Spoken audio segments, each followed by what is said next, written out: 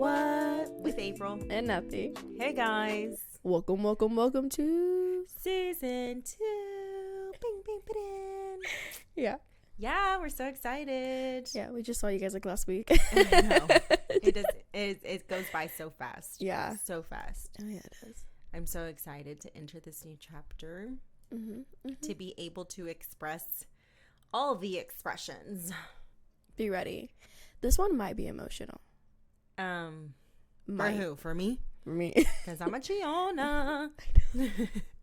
No, you make me cry. Oh my gosh. She never cries. I don't think I've ever. Yeah, I've seen you cry, but I don't think I've ever seen you cry from. How many times have you seen me cry? Like twice, maybe. But yeah. I haven't seen you cry from feelings. I like those were emotions, you know. No, those are like blow ups. Yes, they blew up. The actual good. Teary eyed when something gets oh, there's something in my eye type of thing. Yeah. No, I don't think I've ever seen you. I hold it in strong. Don't do it. I can't do that. I've never been able to. I don't know what trait that is. We'll be talking and she starts crying and I'm like, no. I'm trying not to cry. Yeah. A lot of times. I know. I think it's been over 10 times. I cry a lot. And then I always say it's my period. Most of the time it's not. But then it could be my period. It could be my ovulation. It could just be my hormonal imbalance. But I think it's also you being able to express yourself. Let it feel. You feel. She feels it. And I know she's feeling it. Yeah. So have you ever heard how the reasoning that you cry in movies? Have you ever heard of what the reasoning is? No, but I cry in movies a lot. So movies will make me cry. The reason that you cry on those movies or whatever movie that you're watching, it's because you can relate in some way. You can possibly put yourself in that position to feel the empathy, to feel that exact feeling that person is letting off. I cried at Disney movies. Maybe that was a child's thing. Yeah, it could be. Yeah. I mean, they're cute. I cried too. They are. Like those, like the Crudes, whenever the dad went over the thing. And I feel like I've seen that. I don't remember that one. Okay, sorry. They're cavemen, right? Yeah. Back in early days. Yeah, okay. I feel like I've seen it. I just don't remember that one. I need to rewatch that one. Yeah, there's a lot of movies that I've cried. Yeah. I love only watching movies that make me cry. The more I cry, the better they are. Emotions. Yes. They're real. I feel it. For sure. No, a lot of movies make me cry, actually. Even when, I just don't feel... The Chosen One has made me cry. Oh, yeah, It has. A lot. Yeah. I've, sobbed. What is it? I just watched a movie the other day, and I was crying. I was watching Kali Uchis, and I cried. Because of how beautiful she is. Coachella. You know what Coachella's going on right now? Mm-hmm. I don't know names. I suck. I know what Coachella is. Yeah, she's a bad bitch. Love her. I love her. And I was watching her and I was you just don't understand. I'm obsessed. Oh my goodness. Yeah. That's how much you wanted to cry, how obsessed you are. I just I love her as a human. And just I was thinking about how I used to see her, her videos back when she was barely starting out in 2013 around there. It was years ago. And I'm damn. I've been following this girl for a long time, and to see her up on that stage, just embracing herself and just seeing her growth, I was damn. Well, you related. Damn, growth. I'm telling you, we're on that journey. Yeah, and then seeing her music, it really hasn't changed. She's still herself, but it's improved. I'll play her sometime. I don't know what you're talking about. I'm just lost. Who is she? No, but I did see Bad Bunny. Oh my god. I did see he made a song with Grupo Frontera. I did that. The collab we needed. Oh wait, did you send me that? No, Delilah did. Ivan did too. I was what in the world is going on with that posture? His posture. He's the collab we needed. And I was yeah. Okay. Who is he Grupo Frontera? I think he's both. Yes. But did you guys hear Kendall in the background? No, did you see there has videos of them going around but I didn't know if they were together keeping distance, but Kendall was in front of him and he was in the back and they're just not really dancing, but just kind of just swaying. Oh, I'm sure. I'm sure it was exactly like that. But no touching. I didn't see any videos of them touching, so I was Are they together? Are they playing it off? They're just trying to like, hide it, just like I keep think going. that they like that. Like celebrities like to not keep them guessing out there. Keep them guessing. Because it's also, I mean, if you really think about it, it's like a seductive way to be with a person. Yeah. It's like, oh, we have to be spontaneous and like hide things. Like they'll never know. Yes. We know. We know. This is a really great introduction to a testimony. Testimonies is what we're talking about today. Oh my gosh. Oh, anyway, so we would like to share with you guys a little bit about the beginning of our journey, of the very beginning, of what has led us to follow our beliefs. Yeah. And kind of just to give you a perspective of where we were when we found, God. And along with that, just kind of like the struggles and the trials and just everything that we've encountered that kind of has an uplift. Yeah. Always. I mean, everybody goes through something, but just It's putting normal. into perspective of how you can kind of recognize things or even approach it differently each time. It's like a game. Like, life is a game. You're either going to be all in and try to figure out the ways to like make yourself feel okay while you're playing, or you're just gonna lose all the time. Yeah, it's literally like how it feels sometimes, like you're losing and you're tired of losing. So, not getting all serious there. I'm just thinking, I'm like, imagining in my head, I'm like thinking, I'm like, okay, right, yeah, okay. So this is gonna be fun. Mine isn't like super like crazy or anything, to be honest. What I feel like mine is. Like crazy in what way? Like, I guess just like my deliverances and just like seeing what really brings you closer and seeing it, but then also realizing like, you do kind of like stray away. I wasn't fully in, and then going back into like that crazy moment, and like reflecting. Yeah. That is a majority of what you do in a belief, is that you reflect a lot. And it's always been traumatic events. Yeah, but what you're doing almost is like making sure he wasn't not there. Yeah. You're recognizing him in that moment that you were in distress or you were hurt or you were worried, because most of the time we think we're just suffering alone. Yeah. But if you really recollect every single thing that had happened to you, there was a point where he was there and he was trying to reach out to you. We just didn't want to see it. Yeah. We're just so stuck on like, why is this happening to me? This is all me. Yeah. Everything always goes wrong. Like being just such a negative person. Yeah. Is actually what just keeps you going into a negative way. Okay. So leading into all of that. Yeah.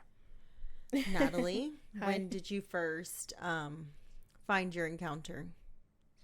If we're gonna go like to like the prehistoric days, it's gonna be like going to church with my grandparents and my mom, because around the same time, I know I was like visiting Texas as a little girl. I was like probably like 10, around there.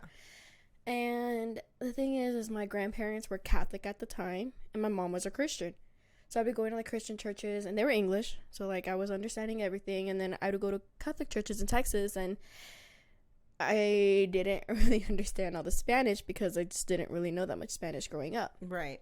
And so then like I saw it and I'm just like, okay, like I would take it into consideration, like, okay, there is a God, these are those rules, the path I have to follow, this is what I need to do. And I never really took it serious, like at all. Like it just wasn't something that like I devoted myself to like 100%. It was more like 5-10% at that time, I want to say. Like, just like the knowledge of knowing there's a God, and that was it. Okay, to sum that up, when did you devote yourself completely? Completely, it would have been, well, not completely, I guess, after my overdose, because then I started going to church, and I was a follower of God, and that's something I really took serious. But then I think that only lasted like a couple years. And that was when you mentioned that you had friends as well. Yeah. And I would go to church with them, and they would take me to like the Bible studies, and we'd do like Bible groups. And then, you know, my family at the time was really good in the church as well. And they had my Texas family, and they had converted from Catholicism to Christianity. So it was not easier for me, but I guess just like a flow of just being able to go, just knowing that everybody was there at the same time. Right. It wasn't like Catholic Christianity. It wasn't having to pick and choose. Yeah. It was like, okay, everybody has converted. We're on the same page. Right. Yeah, pretty much. So it was like, okay, awesome. We're all here. And then, like I said, it only lasted like a couple of years. Like, I really took it serious, but, you know, just growing up, you know, being like 19, 20, you're not really like seeing it that way. Right. All the struggles life throws at you, you're not really taking a step back to like thank God. You're more so just like full of yourself. Or you're just trying to get by. Yeah. And most of the times that's how we get lost in this society, in this culture. Yeah. It's like we're all just trying to survive. And then after that, I guess I really went into like a dark place, and I just didn't see myself getting out at all. Yeah. For many years? At least, yeah, it was like a couple years. It was like from like living in Houston, I want to say. Okay. And then going through all of that, so and I just didn't see God at all. Did you feel, because sometimes this is how we feel. Not saying that you felt this way. Yeah. Did you feel as if you were being punished? Yeah, I did say that. Because you mentioned, I remember you mentioning like you were getting all in your faith with your friends and everything. Yeah. And then around that time after you lost it, it was like you were leading into destruction in a way, let's just say. And it's also the life that I was living at that time too wasn't really the best. And also how I've treated others. I don't think I've always been a best person to some people. And if I've ever hurt somebody, or if I ever made somebody feel low, or, you know, just didn't really impact somebody's life the best way or in a positive way, like I do like regret that, and I do take that back. You recognize it. Yeah. And that's why I feel like I went through everything I went through in Houston because of how I treated others. So I thought I kind of deserved to be treated that way. It's because of what I did. It's kind of like just like me like repenting it, I guess. But I wasn't really seeing it in a godly way. I was just seeing like I'm being punished, like, in general with life. And that's how it is for people that don't have anything to believe in. Yeah. Really is that you're just constantly punishing yourself. And then, you know, my ex-husband said that he was a believer of God, but it's one thing to say that you believe, but then it's another to like really like follow and like do all like the godly things and like go to church and like read the Bible, you know, just like not just that, but like so much more that plays into it, like your lifestyle, the consistency. Yeah. And it wasn't there. So it was more so like, are you just saying that to be, you know, like to feel good about yourself, or like, or do you really mean that? And I never really saw him meaning it. So then, you know, who you're around with and who you surround yourself with, you kind of takes over your entire life. And I didn't see myself really like devoting myself until I moved over here, and then I met your brother, but started hanging out with your brother again. We started going to church, and you know, we did our Bible studies, and it just like brought me back, it brought me closer, it made me realize what I was truly missing my entire life. He was always there, but I wasn't paying attention. I wasn't looking. I wasn't taking my step back and like, you know, giving my thanks, my appreciation, you know, just ignoring it. I really ignored him. And even then, did you feel like it was still trying to like bring you down? Like your past and your sense of like, you know, repetitions? Yeah. But you didn't allow it. Sometimes, but it did get the best of me, more so as like my emotions and like being so used to being a certain way and acting a certain way and talking a certain way, I still did that. And even though I shouldn't, and it did take into effect, you know, and you know, things did happen, but that was that situation that happened. Did it make light, or did it break you? For a moment, it definitely broke me for a good while. And then, you know, it's like cliche and corny as it sounds, but I think your brother really showed me the light and bringing me back and making me realize like what I truly was missing. Yeah. Okay. Yeah. I mean, it doesn't sound cliche. I think for some people, I think we say that because we don't want to seem like we are overblessed. Yeah. when in reality, it's very hard to find somebody that has faith. It is. That's why, like, the way he would speak and, you know, act and, like, treat me just really, like, took me by surprise. And I'm like, wow. Mm-hmm. Like, is this really what good love is? Is this really what, like, purity is? And, you know, despite his past, like, I just didn't see that. I saw what he was showing me at that time. And I mean, not just that, it does have to stick with the consistency, because then you started probably noticing, like, okay, is he going to be like Houston, let's just say? And is he going to pretend and portray that he is a godly man?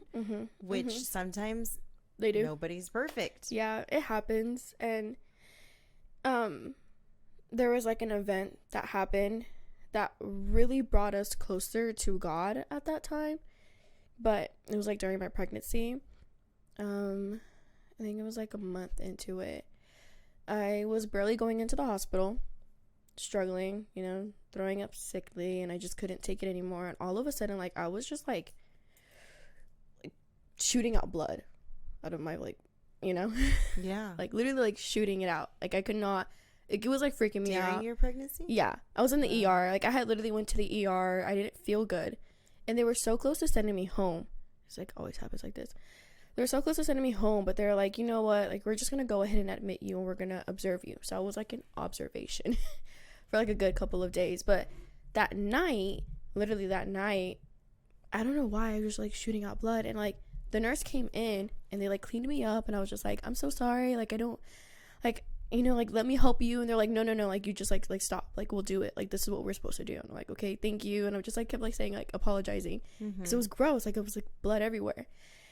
And then as soon as they got done cleaning me up, like, literally I started shooting out blood again.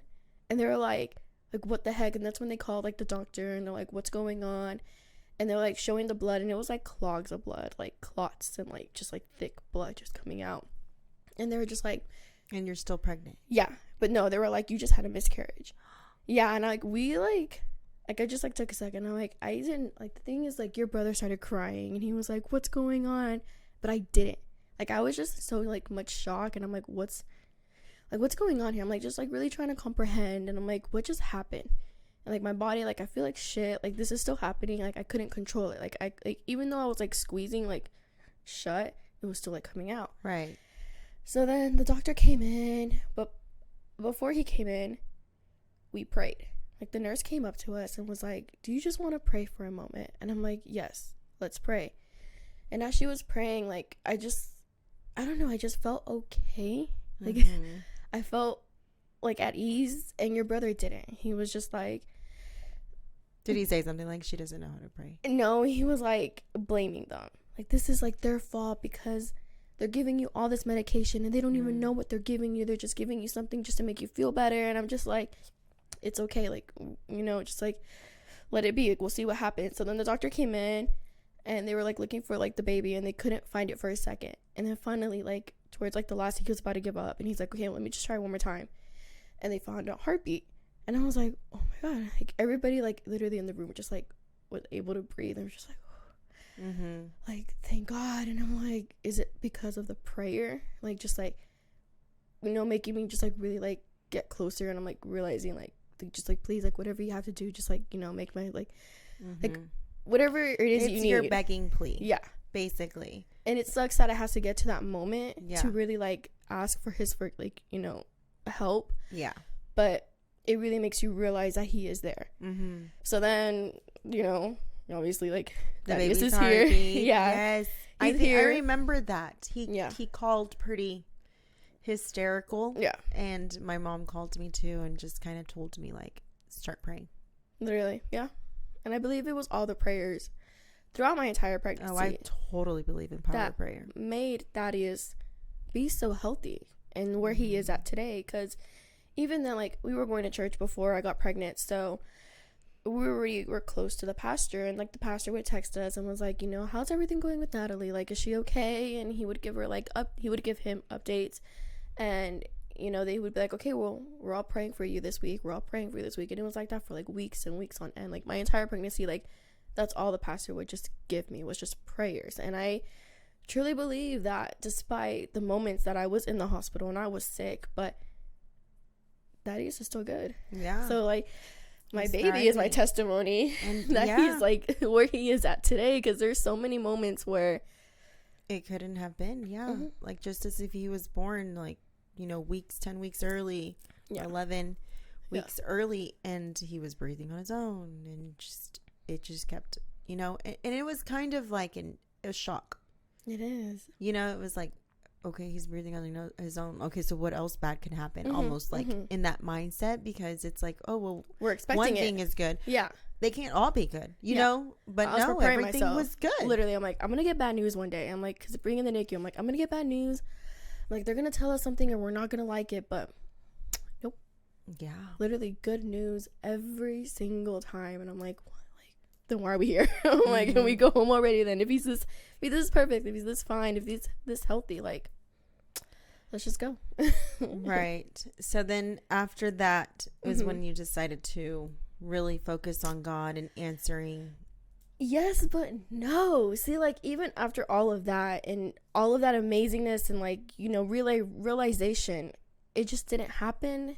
And not to blame your brother, but he really strayed away. Mm-hmm.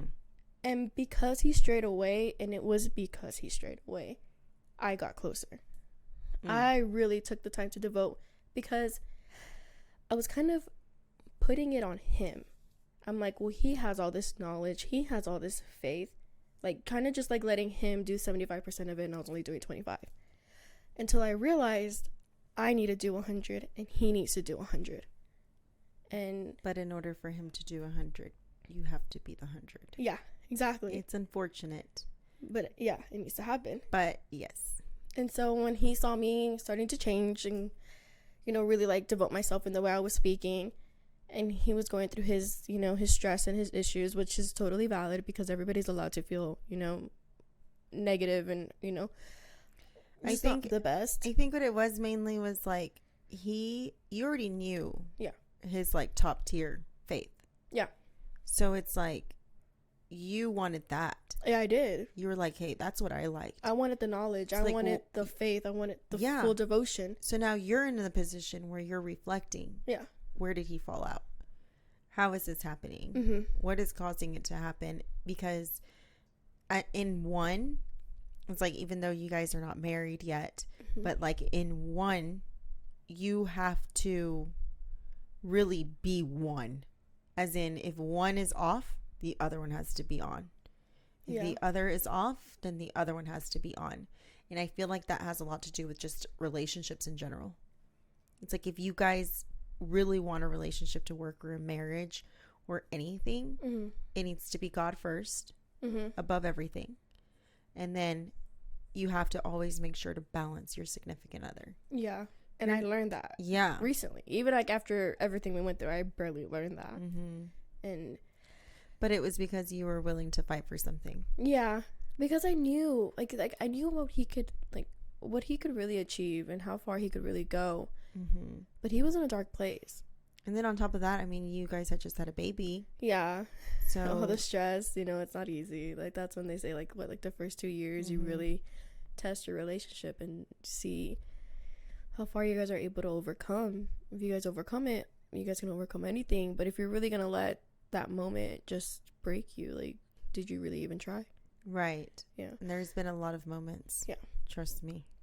Even after 2 years. Yeah. There's been so many moments where, it could have been a break. Yeah. But the difference between, Trino and I has always been like, we're willing to fight. Yeah. Like, hey, what do you want me to change? I'll change it. Exactly. But it hasn't been like for them to completely change and not even recognize themselves. No, it's because that person is willing to change for the better. And if you're not, then it's not going to work. No. Yeah. And I think your brother really saw how far. Like, she's trying. Yeah. He's like, I need to get back on board. And he's made changes, like a lot of changes. And I've made them with him too. So he's not just alone making those changes. I'm like, it's not just you that needs to change this and this and this. I'm like, I need to do the same thing too. Yeah. So I'm not just going to put this on you. We're doing it together. Yeah. And we really taken that serious. And I want to be able to, like I said, like, I want Thaddeus to come up to me and like ask me questions. And I want to be able to answer them instead of being like, oh, just go ask your dad. Mm-hmm. You know, so that's really my main goal as well. That's good. I know, That's a like, beautiful thing. a hot, And watery eyed and everything know. else I'm like- in the mix. I'm like, I really said that. Like, whoa, yeah. She let it out. I She did. expressed herself. You guys got a little bit of her teary-eyed. I know. I'm like talking fast. I'm like, She's like trying not to look at me because she's like, she's probably freaking crying. I know. I saw my your God. face and I like this. Don't cry, April. Don't cry. No, I was like, no. But it's a lot because just, you know, he's always there, but either you're not paying attention to it. Like, I think I was blind. I was truly blind, or I took it for granted. Yeah. And I'm just like, you know, just thinking like, oh, you know, he's in my mind, you know, I know he's in my heart, but not really like giving him my time. That was my thing. I just did not give him my time. And that's something that I'm doing now. Yeah, I'm learning absolutely. and taking it like so much more. There's a lot to learn, like a lot. So much A to lot. learn. So much. Have you read Genesis? No, not yet. That's the first one. I should It have. is. And even just like the first 20 chapters, crazy. I know. That's actually the next one that's like calling me to read. Yeah. Right now we are reading Proverbs. Oh, okay. I haven't read that one yet. It's pretty interesting to say the least. And it's actually pretty interesting considering you feel led to listen to reading, you know, a chapter, and what comes off is like what you're going through. Yeah. It's just, that's what I'm saying. Just give it a try. Yes, it's just I don't know. Like when you first learned about God, that you knew there was a God. Okay, so it's very hard for me to remember. What? So, yeah. And you mentioning that just now, I don't think I've ever actually reflected on that, because as a child, I remember going to church and being a Catholic, doing the first communion and all of that stuff. Yeah. I never really understood it either. It was in Spanish, Mm-hmm. which I understand Spanish. It's just, I just didn't understand it then. Not when they speak fast. Maybe. Because they're going. Or maybe they're on it was just they're on a nothing roll. that clicked to me. I don't know, because I was a kid. And then when I was in church, you know, school or whatever, like, you would have to sit through the whole service. Yep. Like the mass is what they call it. And so most of the time I would just like move the little thing on the floor. La La Land, daydreaming. Yeah. So they didn't have any like school classes or anything like that, unless your parents had involved you to get your first communion or your confirmation and all of that, which is then when I went to that. But my most like I don't even know what I'm trying to say. Breathe. I feel like I could not breathe. Basically, you pick up what you can and what you're learning, Yeah. and then that's it. I don't recall my mom ever praying with me. I don't recall any situation that someone was praying that didn't need it. They weren't asking for something. It was always them asking for something. But do you notice how we've always given thanks, like during Thanksgiving or like during like a holiday or during like a big family dinner? Like somebody usually always gives thanks. Right. Is that something you always remember? Because I think I've always remembered that. I've always remembered that, but to be honest, I don't ever remember. There was one family member that she was the one that stood out the most out of anybody to me. And majority of the time was because she would wear a cross necklace. And a lot of people, well, not a lot of people, but I have like a friend that does question me on why I wear cross necklaces and stuff. Because it's to each their own. Anyway, so there was a family member that she would always wear one, and it always, I always recognized it. So ever since I was a teenager, I would wear crosses. Like I got my first tattoo as a cross. I didn't notice that. How old were you? I was 17. Why did you do that? Like, what was the reason? I always loved crosses, like the signification of it. So as a Catholic, you grew up with crosses everywhere, kind of. The rosemary, yeah, rosary. The rosemarys, the rosaries, all of those things like that. I did grow up like noticing. Me too. You know, like my parents would hang it on window, like their mirror thing. Yeah. Or, you know, you had one above the door of your entrance of your home. Or you kind of had one in different colors. Like I had a pink one I really loved, you know? Yeah. No, but yes, ever since I was a teenager, I even put one above my like the room of my bedroom. Yeah. The bedroom door. I would even put a cross above the bedroom door of my room since I was a teenager. Yeah. So I don't know exactly like what has always gotten me attracted to crosses, but I think that's been my way of signifying him. So I mean, to each their own, like I mentioned. Of course. It could justify different, but that has been like my way of always remembering that he's in existence and he's there. How old were you whenever you got your first communion and your confirmation done? I think it was like 10 or 12 or like maybe younger. No, I probably looked like maybe 8 or 9. I don't remember. You looked? Do you have photos? Mm-hmm. I want to see them. Right now? I don't have them right now. Show me later. I will. Did you have like the dress and all that? Like the white dress? Yeah, my grandparents came into town from Texas and everything for that. Dang. Yes. So going into that, my grandma was actually a Christian on my dad's side. She was a very religiosa Christian. So all my youth, I always thought that Christians were very judgmental because my grandma was very judgmental. You're not alone in that thinking. Absolutely. I know. I know. The way everybody sees it, and it's just... Well, it was just like the things that she would throw. Yeah. Like the shade that she would throw. Yeah. And then every time, because I would spend most of my summers over there, you know, and she would make sure that my mom would send me with Sunday dresses and the Sunday bows, and I always had to make sure to look like very your Sunday prepped. best. Yes, very prepped. Yeah. Like, and I would have to sit next to her, and it was also in Spanish, and I didn't really like, you know, comprehend that either. Yeah. I would want to play with the kids, but she wouldn't let me because I would get dirty, and I always needed to stay as señorita. Like everything was always very like, eres señorita, pórtate como una señorita. So it's like you're, what is it? A young woman, act like a young woman, even at the age of like 8, 9, 10, whatever. So I've always been very like mature in that sense of like the way that I carry myself because of her. I could see that. Yes. Like she's Gracie knows.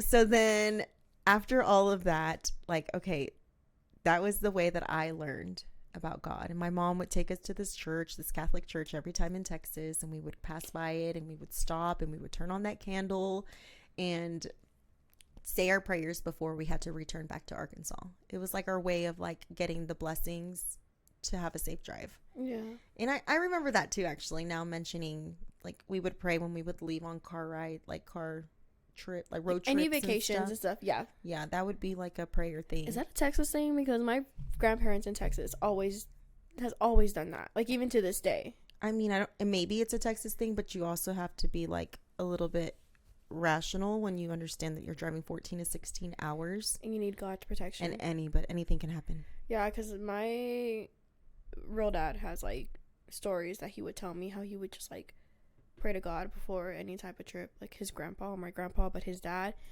and they'd always made it safely. And it's, you know, the reason why they make it safely so far and how they travel so much and all that. But yeah, I believe that for sure. So after all of that, it was just kind of I don't know, I turned into a teenager, and here I am wearing cross necklaces all the time, cross earrings. Like, I'm literally obsessed with crosses at this point. And I meet Trino, and then after we're together for a little bit, we had a Bible, and I don't even know where we got it from, but he brings it to my attention, and he's just kind of like, hey, we should start reading this together. And it was like, okay. And here we are, two people with no no instruction. Wow. We're wanting it. Yeah. And there's nobody or anything to show us.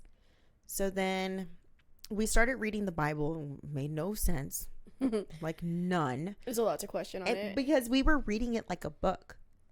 And you know what's the craziest thing, Natalie? Okay. I don't know, maybe other people are experiencing the same thing. Okay. I never knew that the Bible was a book. Yeah. That it actually had stories in it. I never knew that until I became an adult. So that goes to show you how, like, really I just didn't know anything. Mm-hmm. And it was my own calling, nobody else's. So therefore, Trina and I started doing that, and of course then we drifted off, and then so on and so forth. There would be times where I would catch myself praying every single night, like every single night. And I remember my prayers, like my exact prayers, they would always be like, I would pray for him and I, but I would never tell him. And I would say it in the way of, we thank you, we love you, please protect us. Like Always it would speaking for always be like us. Mm-hmm. And it was like as simple as, now I lay me down to sleep. I'm so serious. That is a kid's prayer. And I never really knew that, believe it or not. Yeah, from Precious Moments. Precious Moments. I actually know it from, oh my God, it's a scary movie. It's not. It's like, so that was the prayer that that was the only prayer I knew. And then above that, Lord's Prayer. Yeah. So that was another one that I also learned. And so literally all God heard were those two prayers because I didn't know how to pray. Yeah. I didn't know that you could ask for things. I didn't know that you could say, like, I feel really overwhelmed, protect me. I didn't know any of that. So years went by again. When did you learn how to pray? 2 years ago. Okay. Yeah. I'll tell you how I learned. Okay. So then after that, we then had Trin and everything. My mom met Paul. And when she met Paul, we came to realize that he grew up Christian. And his mom was a sister at a Christian church. And she invited us. And it all starts with like Easter, let's just say. Or like, something that has to do with an occasion. So this is where it started. This is where the seed was planted. It was like I entered this church. I just like started crying. And I couldn't stop crying. I was 22 or 21. Uh-huh. No, it was before I had children. So I was 21. You just felt I want to say. And that church, like I'd never been to a Christian church. Mm-hmm. And then Catholic churches, like, I mean, they're just completely opposite, I feel. I don't know about now. I heard that they do things probably differently. Change it up a little bit. Yeah. But when I entered that church, it was like I couldn't breathe. And I wanted to cry. And I don't like to cry in front of people. So I was like holding it. And at that point, I was just looking down. And I just stayed looking down. But I think Trino felt it too. Because then we would keep going. It was like this regular thing where we were just going. And yet I didn't understand all of it. There was just like a seed was planted though. Like I was wanting more. So then after that, they invited us to do a women's group, like a women's retreat. Yeah. And I went. And I was like super excited. I was like, wow, I'm like a part of something, And so I went with my mom and I went with Paul's mom and then like my mom's sister-in-law and so on. And it felt, right. But then again, it was in Spanish. Okay. And I think that's where I struggled all this time, was that Spanish wasn't like my best. Now I would comprehend everything. Yeah. But like before, I think that's where I would get really confused because I just didn't understand it the way that I should have. Mm-hmm. And so during the church service, it was bilingual. So it'd be like English and Spanish and it would go back and forth. So I understood that. Mm-hmm. But then when we went to this retreat and it was all Spanish, I was just kind of like, yeah. So that again, kind of like fogged me up. So then after that, we stopped going. We were going a little bit consistently, like, here and there, even with me being like, I don't really get it, but I get it, type of thing. Mm-hmm. And then we had Trin. And so then after we had Trin, dude, he wouldn't let us go to church. I blame the child. But my pastor once said that, certain life events take you away from the church, and one of them is having a kid. Yes, he would cry every time we would try to leave him, or we couldn't like have him inside the auditorium or whatever you want to call it, because he would just like make a lot of noise. And then one day he like peed his pants because he didn't want to stay like at all, and he didn't want them to take him to the restroom, so he peed. Oh my God. And I told Trina, I was like, I can't do this to my kid anymore. Yeah, like he's literally getting dramado. So he's not gonna see church as a fun thing and be like, they made me go to this type stuff. Yeah, well, I mean, he was a baby, but he literally like had so much anxiety because I was a stay-at-home mom. Yeah, so he just wanted to be like with mommy. Yeah. So then after that we drifted, and I want to say that we then drifted for a very long time. That I would still catch myself praying every once in a while, but just I never wanted to ask for anything. I felt as if I couldn't. I felt if I were to ask, I was being selfish. Whenever you went to church, did they ever have like prayer counselors in the front? Did you ever go up to them at any point? No. Okay. I didn't. I never really like, there was this one time I did go to church and he kept saying, the pastor was like, if you're here and you know you need something, come up here. Yeah. And I wouldn't move. You're always like... And he said it like 4 times. And he was looking right at me. Damn. And I still didn't move. I know. It's anxiety. Yeah. You don't want to do that. Yeah. I've only done that once. No, maybe twice. I think maybe twice. And it was in Texas. And it was like my aunt and my uncle. And they knew I was going through a hard time. So she literally walked me to the front. And I heard them pray. So I kind of like had like an understanding of how to pray. And just like what they were asking. You know, just like to look after me. And like to like, you know, with my Arkansas family. And, you know, just like to watch out for me and help me like redirect the path that I was going by and all that stuff. So it was like, it made me realize, I'm like, oh, like, you're really asking this for me? Like, wow. Yeah. What was it in English? It was in English, yeah. See, mine were always in Spanish. Yeah. Like, always. Which I would remember, like, the beginning parts. Like, they would say, Jesus Cristo. And, you know, like, you know, obviously I understood that. Yeah. I would just kind of, like, I don't know. I don't think I've ever been to a Spanish Christian church. All my Christian churches have always been in English. And I think I've attended, like, 3 or 4 different ones. Oh, wow. But Catholic churches have always been in Spanish. Always. Yeah. For me, yes. And Christians, too, until I went to this bilingual one. And then, even then, whenever we were, like, trying to transition to get back, we were still going to the Spanish. And that's why I was just kind of like, I wanted to go to the English, but I loved the Spanish pastor. Like I did. Like there was something about him, his humbleness and the way that him and his wife were. And like, I don't know, like something intrigued me about them. The people that intrigue me are very soft. They're very kind. And they look at you like you're being seen. Yeah, they're paying attention. Yes. And that is exactly how I felt. Yeah, I've always felt that people can't look at me.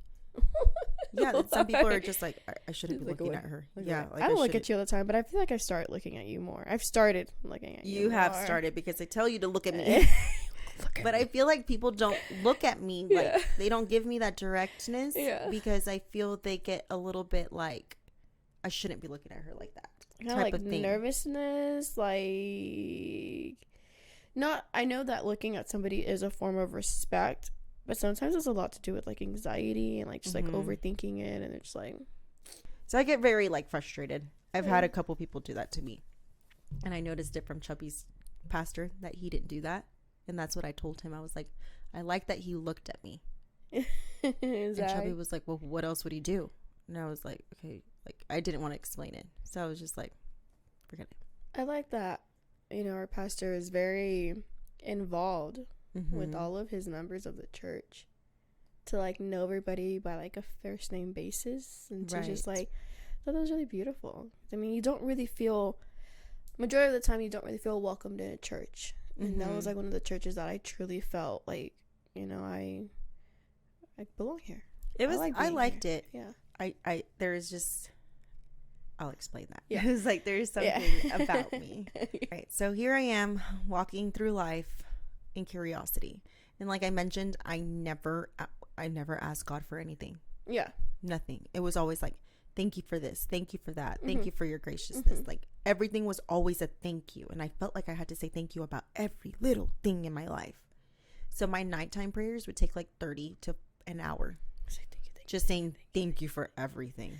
Well, I currently do not sing in church when I worship. When we're worshiping, like I literally just stand there and I'm just like this. And every time I'm just like, I'll sway, I'll like move around, but I don't really, I guess, I don't know, just. You don't feel the comfort yet. I want to. Yeah. But like it's my like nerves and it's just like me like overthinking in my head, which is such a shame to say because. No, it's not. I felt that way. Yeah. I did. I mean, I still kind of do. I haven't. There's going to be a difference between me and my home. Yeah. And worshiping and then me in a church and worshiping. But with time. I love it. I like love seeing the others sing though because I think it's just like so beautiful to like hear them.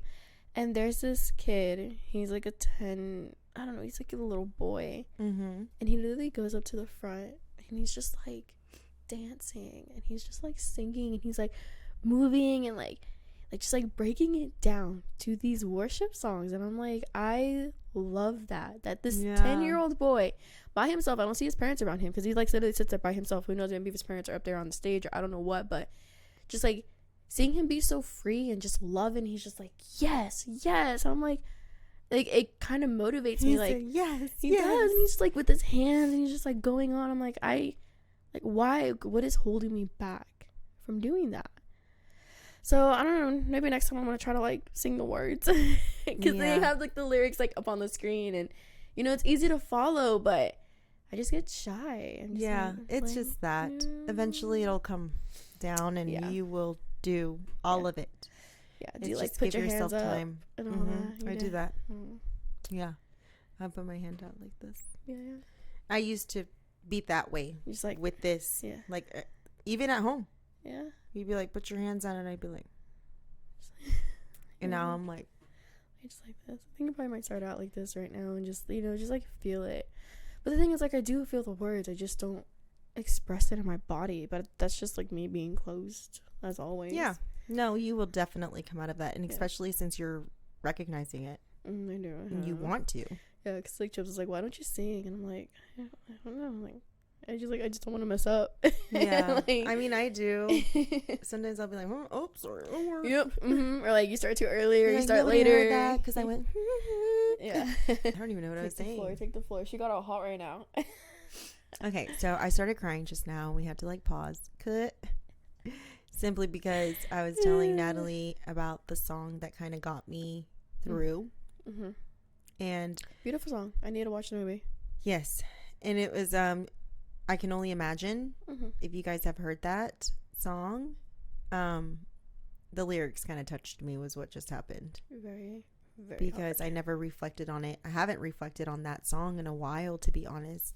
And now kind of bringing back the whole like, oh, how did you meet God and get close to him or whatever, that exactly just explained to me, because I was kind of having to recollect all of my memories right now. I was like, how did I?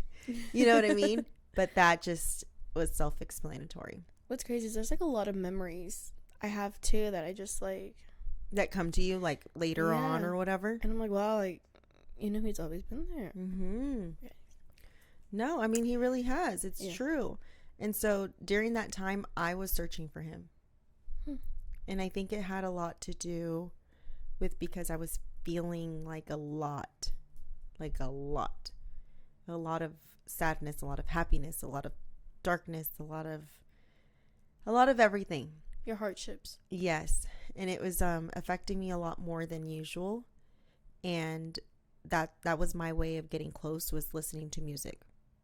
And then after that, I started recognizing myself asking him to get me close to him. And it's kind of crazy because usually he comes looking for you. And I think with me, I was begging for him. Wow. Mm-hmm. Not many people can say that. Really? Mm. I was like, oh. I was begging for him. I was like, I want you. I want to know you. Mm-hmm. And for the longest time, I felt like he wasn't listening to me because I didn't know what I was doing. And then second, because I was that hot and cold person. That I would be like, yeah, I want to turn my life to Christ. And then the next thing you know, I'm not. It's a hard thing to do. You know, even with like anything that you like try to devote yourself in life, you always stray away. Yeah. You don't really ever give anything 100%. Marriage, you know, sometimes it just doesn't work that way. Yeah, and sometimes your mind and your body just doesn't want to give it as much as you are wanting it. Yeah. So at that time it was like, oh, okay, like he's not listening to me. I didn't even know like anything, nothing, to be honest.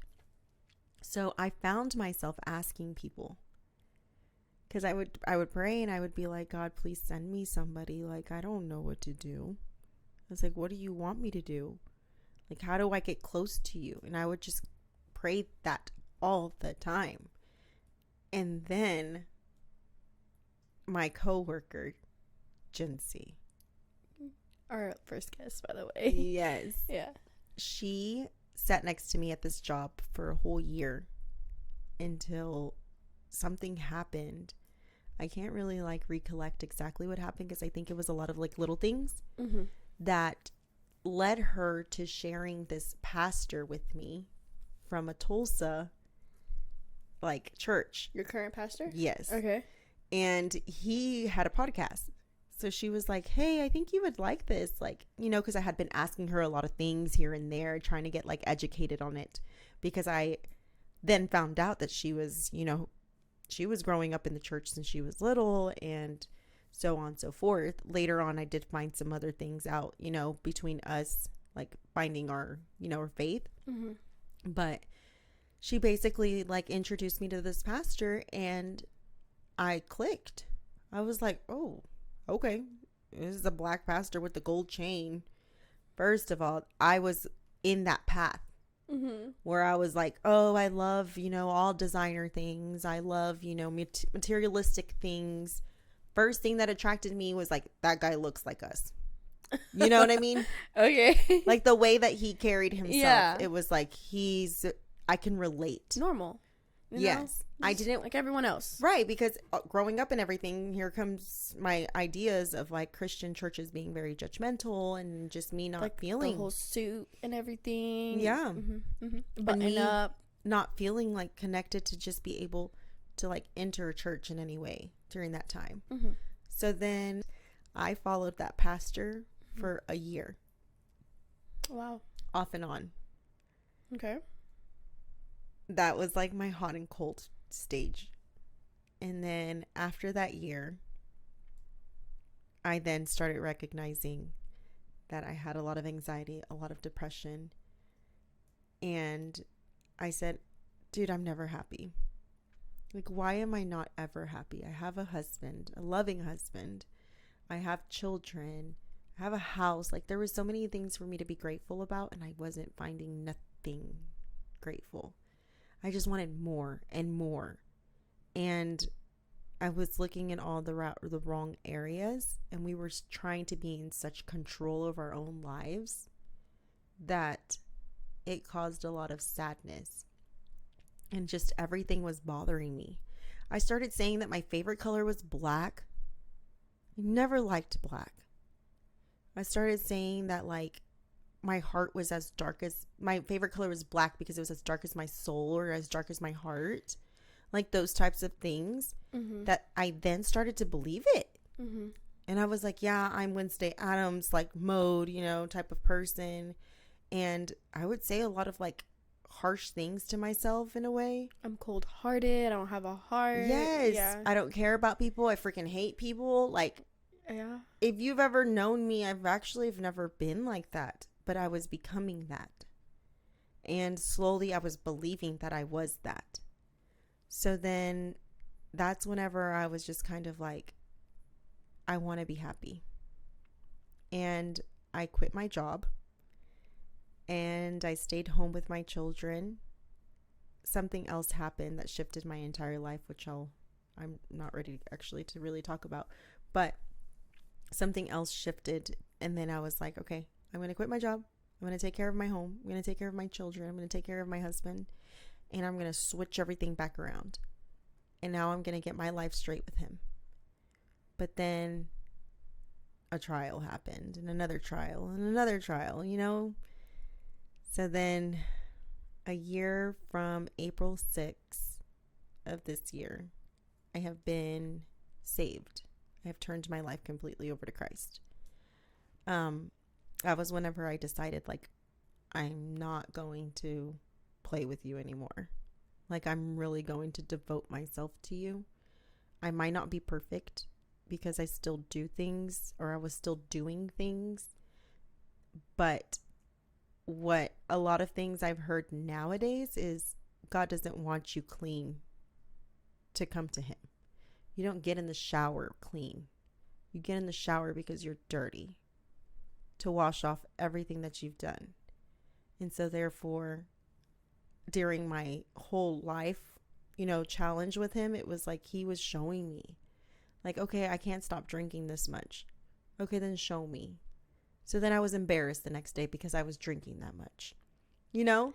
And so then that was like, okay, next time I'm just really not going to do that. And then slowly, like, I learned.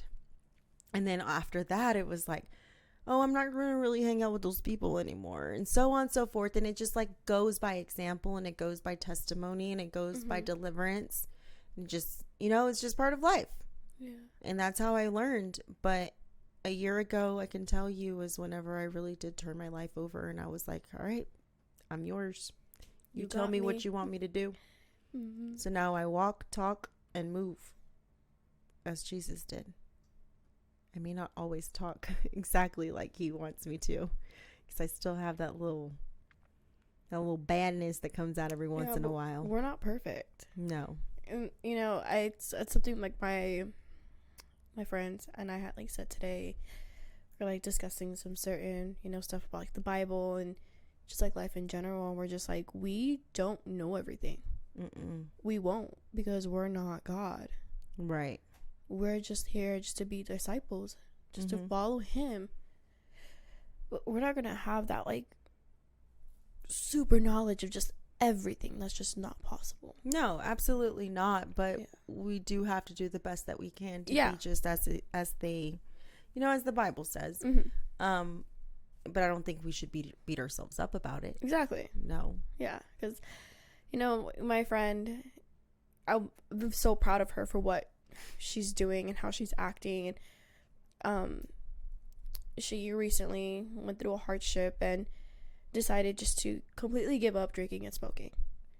And she came over for Thaddeus' first birthday, and, you know, like, she's not drinking, and here I am just, like, kind of like, just take a shot, just take one shot, you know, just, like, giving into her. But she stood her ground, and she really, like, said no. And it made me, like, realize, I'm like, I felt like a bad friend. I was like, why was I trying to tempt you when you're doing so good? And I just, like, praised her, like, the next day, and I'm like, I'm so proud of you. I'm like, you really did it. I'm like, you had fun, you stayed true to your word. I was like, and it's something that you were doing to get closer to God. It's like, so who am I to break that from you, you know? Right. Until Until this day, I mean, she's still doing, like, really amazing. Well, she has to now, but the fact that, like, she really made that devotion and she really stayed true to it, it's like, I mean, I struggle the most with that. Like, I haven't been able to do that yet. I'm working on it. It's not the best. And, you know, like, I kind of, like, took it down to maybe, like, 1 or 2 shots and I'm, like, done. But, you know, for me to be able to completely give it up cold turkey the way she did, and for her to be so strong, I was just like, I'm so proud of you. Yeah. So proud of you. It takes a lot. It does. And especially when you're still surrounding yourself with people that are not saved. Yeah. And who are you to judge? So therefore, this whole time I was doing that, I was hanging out with people that were not saved. But I did reflect that it's probably not the best choice, considering you are living a whole different separate lifestyle than they are. Very different. Yeah. But here's the thing with the way that this faith goes, is that you go and you learn. You just keep going and you learn. Like, you're not just gonna wake up one day and everything's gonna be butterflies and rainbows and sunshine. I'm still questioning. Like, there's still things that I need to learn more of, and I need to understand, because like, not everything makes sense. And, maybe it may not make sense right now, but then I'm going to go through something, or I'm going to learn something later on, and it's just going to click. Mm-hmm. But right now, I'm still, like, reading, like, Genesis, the things that it said. And then, I see things that come up on, like, my timeline, and it's, like, there was this really shitty post of people comparing the devil and God. And it's like, why do you want someone who won't give you everything you need, let's say, like, won't give you true happiness, but the devil will? Why do you want to follow somebody who tells you to marry your rapist or to whatever, when the devil will kill it? Just like so many comparisons. And it's just like, it was truly disgusting the way that they were saying it. Like, just, why do you think it bothered you? Because it's like, they weren't really, like, pretty much praising somebody who, yes, the devil may give you what you need, what you find happy at that moment, but he's not doing it in your best interest. Mm-hmm. There's always a catch with it. Mm-hmm. There's always, like, well, you give up something, you give up your soul. Like, you just, you're going to go through something very terrible, but you also lose the sight of God. Mm-hmm. And for them to, like, compare that to what God really does, not really seeing, like, there's scriptures in the Bible that you're not supposed to really take so serious, because, like, how you mentioned, there's stories of other people that just, like, just, like, letting just informing you. They're not telling you to live by this completely. There's so many other parts of the Bible that just, I don't know. It's just something that I'm, like, really, like, having to, like, question, because there's a Bible verse, and I'll probably pull it up, because it's bothering you that bad. It did. And I just, like, I did not know how to take it. I'm like, what? Like, how do you say it? But then I was also reading the comments, and people were being like, God bless you. Like, I hope you get saved, or I hope you realize, or, like, just, like, God, like, just pretty much, like, trying to, like, beg for them to be better. And then people were commenting, like, you guys are the reason why, like, the world is like this, and just being so negative. I'm like, what's, like, the point of that? So for me, on that concept, it would just be like, they're trying to get something out of you. They're trying to get a reaction. Yeah. And it's just, there's always going to be good, and there's always going to be evil. Mm-hmm. And I've had this conversation before with someone. I think majority of the time that people do not want to believe in God is because they feel like he has either not acknowledged them, or there's already this wall put up from Christians prior, from years back, that have portrayed to be a certain way. So then they hate them. And it's understandable, because, I was kind of like the type of person that was like, I'm going to get judged, Mm-hmm. But at the end of the day, I feel that God is changing something within everybody right now. And it has a lot to do with judgment. If you turn yourself to him, no matter what you do, the Bible states, repent. I think a lot of us don't think we're going to get forgiven. No, and it's an assumption, and it's not something that you have situated and gotten correct with him. Like, go ask him, go talk to him. You never know. Mm-hmm. You never know. Pretty much just like saying, like, you are to marry your rapist, or if a man is to take a woman and rape her, she is to marry him. Like, if she's, like, single or whatever, and to, like, stay with him and, like, build a life with him. Did it say rape? Yeah, it does. Let me see. Okay, so this is a verse.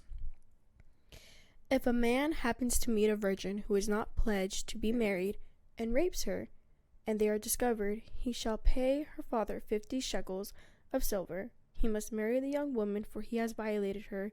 He can never divorce her as long as he lives. If the rape victim was not bothered, then the rapist faced different consequences.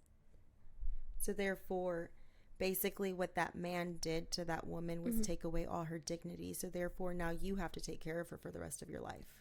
But they don't see it that way. No. So, like, reading that, you just read that verse. It's kind of like, But it's oh my god, contradicted. yeah, Yes. it's like, so it's like, oh my god, he's telling you to like marry the person you're raping. But then it's like, when I was reading those comments and then I went to go read it, I'm like, okay, But did you see how that was broken down? Exactly. Did you Different read chapters. the beginning? Did you read the beginning? Did you read the end? So it's like, they're saying that because back in the day, this woman would be canceled. exactly. She would be marked, and she would be, placed in an area where women cannot get married. So therefore, what you did was take everything away from her. So now take care of her. So now take care of her for the rest of life. You can unless never the leave woman her. wants nothing to do. Yeah, with you. exactly. But you could never leave her. So then it's like, when I was reading that and I was like seeing, I'm like, okay, like seeing how you can get that from that. If you are a closed-minded person, if you didn't take the time to read, if you didn't take the time to fully understand what was truly being said, you're just going to take that one sentence and then just like run along with it and then just be like, yeah, but then like the devil will kill him or something like that. It's just like, But that's what a lot of people do. yeah. So that is a very good explanatory from your end, considering the fact, because I've heard different situations as well. Like, oh, I can't turn myself over to Christ because I don't believe in this. I don't believe that the Bible says that. And there was a big part for me. I'm not going to lie. I never wanted to become whatever it is that you become, let's just say, because it says I'm a very or I used to be, or I am. I don't know. I don't like to be told what to do.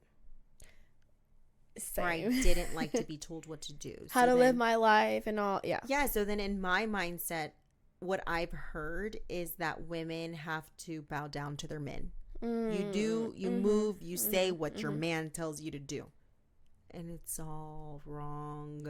But if you really look into it, it's like you bow down to your man, but just as the husband takes care of you, you take care of him. It's like one vessel. Exactly. So, you guys become one. But there's way more on that, because here I thought for the longest time that, I'm supposed to do whatever Trino says. I'm supposed to listen, I'm like a slave. Yes. Yeah. It's exactly what it portrays. It's like a slave. So a lot of people believe that. But in reality, no. You are one. You are a vessel. You both have the same blood. Louder. So therefore, he's in pain, you're in pain. Exactly. You go through it together. Yes. You are one. Yeah. So therefore, when your man wants to be a machista, or he wants to be above you, that's wrong too. The Bible does not state you tell your wife what to do every 5 seconds. Yeah, you guys take equal partnerships. The man goes out and work, like from back in the day. Yeah, and then they say your wife is the wise one. Listen to her. She knows. She's getting the knowledge. She's the one raising your child at the house while you're working. You both are doing something so big. I mean, honestly, going into this faith, or going in with this faith, it was a little bit of a struggle for Trino and I. Okay. He did kind of, he always had that mindset, women are supposed to cook and clean and take care of their household, blah, blah, blah. Yeah. And since day one, y'all, I have not condoned that. I've done it because it is my duty as I see it. You don't have to see it that way. I see it that way. Yeah. It may just be my old-fashioned ways. I don't know. But don't tell me to do it. Yeah, let me do it on my own. Yeah. That's so much different. Coming from the heart, coming because you want to take care of them, coming because it's out of love. I will do it because I'm appreciated. Yeah. Because I'm cared for. Because you're not being this forced. Person sees me. Yeah. Not because I need to do it. So Chubbs kind of said the same thing too when he's like, the woman belongs in the kitchen, or the woman does this, the woman does I've that. argued with him too. Yeah, and I have really made him change his ways to the point where it's like he does the dishes. Yeah, I've sent him all those little things, the little memes. Remember? Yeah. I sent the one that had to do with the guy speaking about on women, how they are supposed to be portrayed, and it backed up with scripture. It is. He had no argument there. Nope, at all. And I see him changing his ways to the point where it's he cleans. And that's something that, kind of took that a hard way. Kind of wanted to argue about it a little bit. But then I guess I made him really realize, because it was when I was working too. Oh. I was like, hey, this is equal. I'm not going to come home and do this all by myself. I'm like, well, it's equal partnerships, equal work, equal chores. Is the way I saw it. And then I got pregnant, and then it didn't really become so equal, and it was just him doing everything, taking over. Yeah, and I thank him for that, because he really did take in a lot, stress, and I think that really built up a lot. And now that I'm better and I'm healthy and I'm like, yes, let's go. And I do a lot more for him. And it's just, you know, and he still didn't really like take away. Comprehend it. Yeah. He didn't really like fight me or anything like that. He was just like, yeah, Oh. I'll still do this. Like, you know, he still does the dishes. I don't do the dishes at all. At all? Well, I do like a Oh, couple. well, her gag reflex, remember, guys? Yeah. She goes, ugh. Yeah. So there's just things that, you know, like, I see him doing, and I'm like, oh, you changed your mindset on that. You really did. No, see that. my husband cleans. Yeah. And I'm a stay-at-home mom. Imagine that. Me too. You see? But it is because, like, I have other duties. Like, people just don't get it sometimes. Yeah. There's other things to do, I swear. Yeah, like, even, like, with taking care of Daddy, it's something I've mentioned before. Like, Chubbs does a lot. Mm-hmm. A lot. And I'm just like, yeah, I love it. But that's whenever you place God as first. Mm-hmm. If you place God as first above all, because it even says, like, treat your wife like you do me. If you don't treat me the way that I don't know how you're going to treat nobody else. Because that's how it is. Okay, so in reality, if you see the way that your significant other has love for their faith, Yeah, then they're going to love you. that's honestly the way I saw it in the beginning. I really saw that. I'm like, wow, like, I just, you know, what attracted me the most was his faith. And then I saw him, like, reciprocating it back to me, and I'm just like, I love this. Yeah. You know, but It's a beautiful thing, and I never really realized it until I followed this path. Yeah. Like, I was like, wow, this is real. Like, there is... Okay, so going back to, like, me saying that I wanted to feel happy. So going back to me saying that I wanted to feel happy, and that was one of the main reasons I started following God. But it was because I'd never laughed.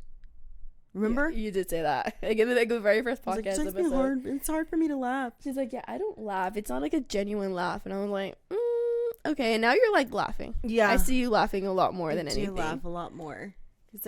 Yeah, okay. So I never really laughed. I never found anything funny. But it was a part of me, like, portraying to be like Lil Wednesday Addams over here. She's so hard. Trying to be this tough girl. But in reality, I knew that my heart was as soft as mushiness, and that I wanted to be somebody. Like, there was always a part of me that was like, you need to be more. Like, I swear. Really? I know, it's strange. You know, I really do admire your emotions. I do. Like, you're crying? Yes, because it's just like how I said, like, you're not afraid to show how you feel. Yeah, I am. I don't want to cry. I don't see that, but you still do it, though. You're talking about, like, the other emotions? Like, in general. Just, like, you know, like, how you speak your mind, how you know, like, how you just cry at every little thing, and, you know, you do have your little, like, anger moments. I've seen a little bit of those, but it's just, like, you know, you express how you feel, and I admire that. Yeah, that has to do a lot with, like, me following God, because I wasn't doing that. Yeah. I was, like, bottling it in, and at the same time, it was because I was always told I was too sensitive, or I was too, you know, like, what, are you gonna get your period again? Like, type of excuse. Are you gonna cry again? It's like, why is it not okay to cry? Exactly. Like, yeah. Because I'm an emotional person, and I can feel what other people feel. Yeah. And I you're, think like, that's making what them feel weird, and they're like, oh my God, I can't feel that. Yeah. What it is that I want them to feel Yeah. something, and whenever you're bonding with those emotions, it's like, oh wow, she cares, type of thing. Okay, so yes, I, like, got into that point in my life where I was like, I need happiness. I crave it. Like, I don't know, I wasn't doing anything that was making me happy. So then I quit working, and then I went crazy. Yeah, literally. Really? I don't think I saw that from you. Like, the first couple months, I was like, oh yeah, this is all cool. I'm at home. Whoa, my kids are not here. I'm alone. They're at school for how many hours? What am I going to do with myself? So I cleaned. And then I cleaned again. No, and then I cleaned again. And then I was like, okay, Trina, I'm going to try to find a job now. And he's like, you just quit. I was like, I don't know what I'm doing. Like, I'm not doing anything. Then, like, I would cry. And What? yeah, because I was like, so first of all, like, I don't know what happiness is. And so, like, then in a house all by myself. And at the same time, nobody's talking to me. And then on top of that, I don't even know what it's like to be by myself with my own company. Yeah. Okay. Like, not feeling anything. Yeah. That was like why? Mm-hmm. Like, who can live feeling like that? Like, nothing made me happy. I could go on a trip and it just, I would pretend, I would feel like I was happy to go, but then I was miserable when I was there. In a sense. You know what I mean? Because it felt temporary. Everything always felt temporary. Like that temporary happiness. Yeah. Like you're happy in that moment, but yet when you return, you're back to reality. That's why they call it reality. Yeah. And it sucks.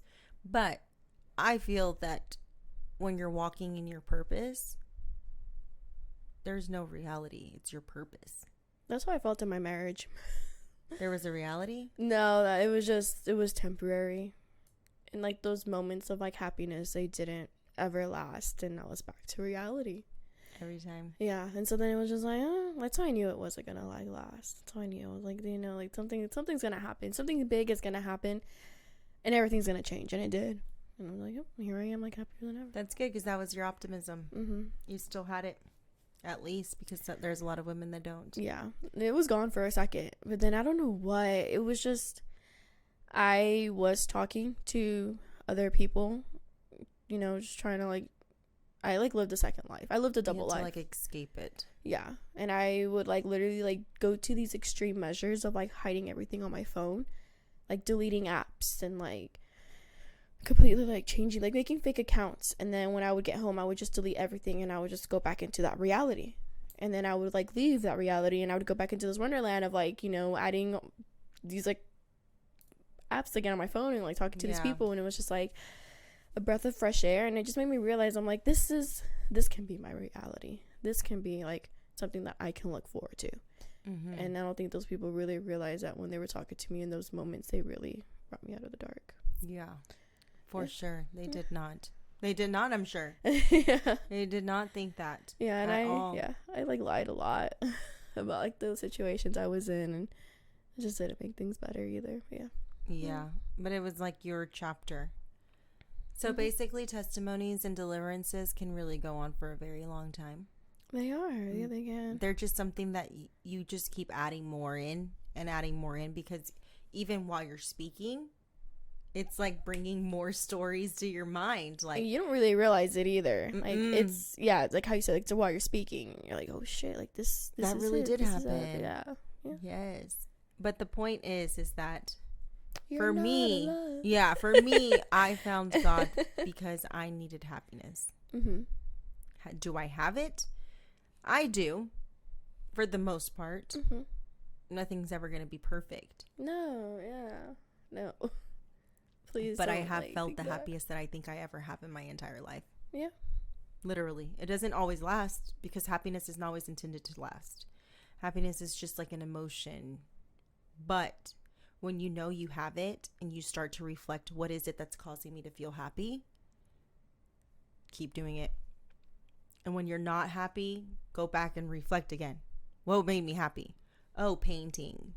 Oh, going out and walking. Oh, reading a book. Like the simplest things. Really? Spending time with people that you really like, feel have impacted you in any way.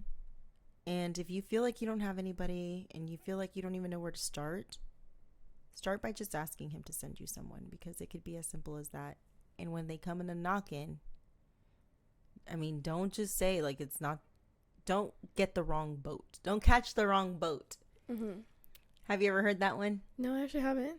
Or there's a man out in the sea and they said, God's going to send you a boat. Just hold on. Okay. So a boat comes and he's like, oh no, God's sending me a boat. I'm waiting. And he's like, okay. So he leaves, and then another boat comes. I'm waiting for God to send me the boat. Okay. and then he's just like ends up like dying and stuff because He eventually let all those opportunities pass by. Yeah. those were the boats that God had sent him. He just didn't think it was. That's funny. What was he expecting? Like a gold boat? Yeah. Like this golden arch boat. No, following God to me it's faith.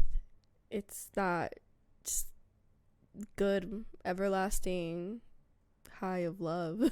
Not high of love, but just everlasting. It's everlasting love. I felt like I was going crazy. Oh my God. I was like, what am I believing? Because I got so involved that it was like all I could talk about and all I can think about was my faith. Have you ever like explored other religions? No, just Catholicism. But you know what? I'm love. I've always known that. I love. I have a heart to love. I have a heart to share love. And I someday, like, you know, I want to really, really impact people's lives. And I also want to help, like, in tremendous ways. Like, my mindset is not like, oh, I'm going to go donate my items. Like, no, I'm talking like whatever God's will is, I will be right there. And Beautiful. to that extent, like, that's why I followed Christianity. Do we snap? Like a poetry slam. Like, do we snap at this? Because I feel like having too like aggressive, and it's like, yes. Yeah, with your nails. keep going. Because I mean, when you are following your faith, you are now living in purpose. Yes. You are no longer living for society or culture. You're living for purpose because everybody was created to be somebody and something and do something with themselves. If you don't believe that, then you're not going to do it. You have to believe it. If you don't, just sit down then. All right, let's test her. But hopefully. What are the 9 fruits of the Spirit? I don't know. You told me that last time. I figure you would have learned. Apples and oranges. I'm just kidding. Did I get close? No. Because you're making that face. Because I'm hungry. You said it last time. Yeah. I don't know because Chubby answered you. It's patience, love, joy, kindness, gentleness, self-control, peace. I'm missing 2 more. What did I say? I forgot.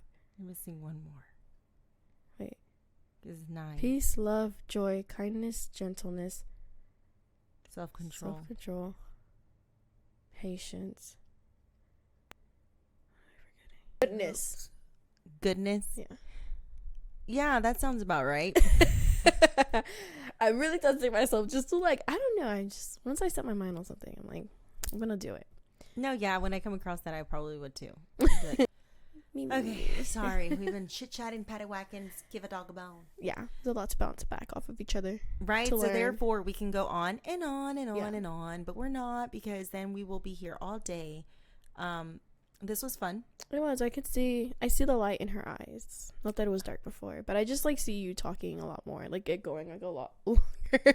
Like 2 hours. Was I not talking before? No, you were, but I felt like you said you were like holding back. Yeah, I was. Yeah, now I'm not. Yeah, so I see you just like, Nope, yeah, I just needed that one video to go out, and here we are.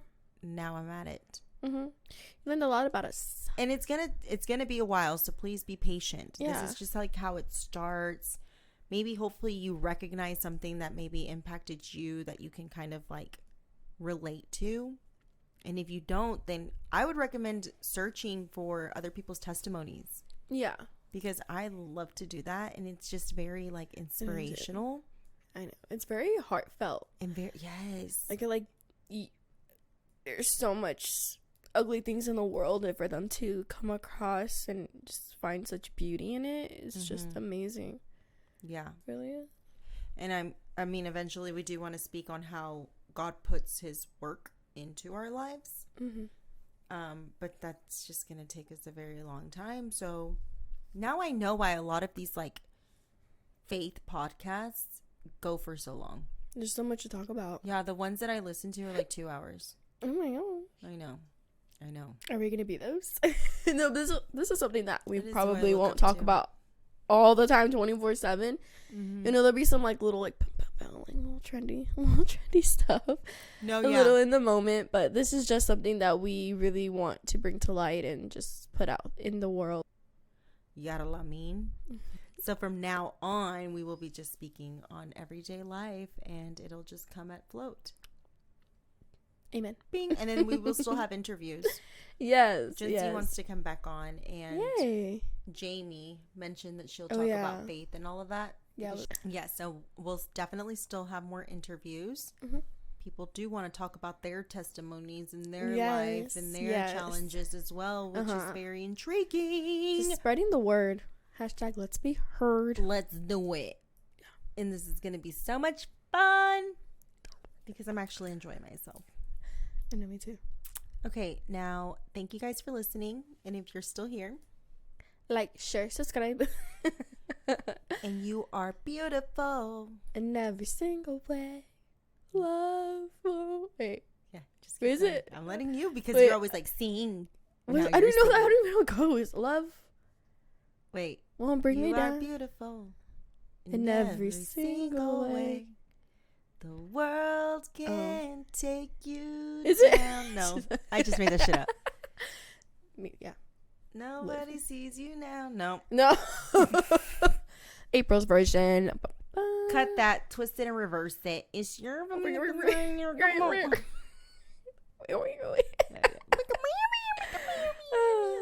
Okay, sorry. Okay, thank you for listening. Thank you for being here. We appreciate you, the love and the support. Until next time. Bless up.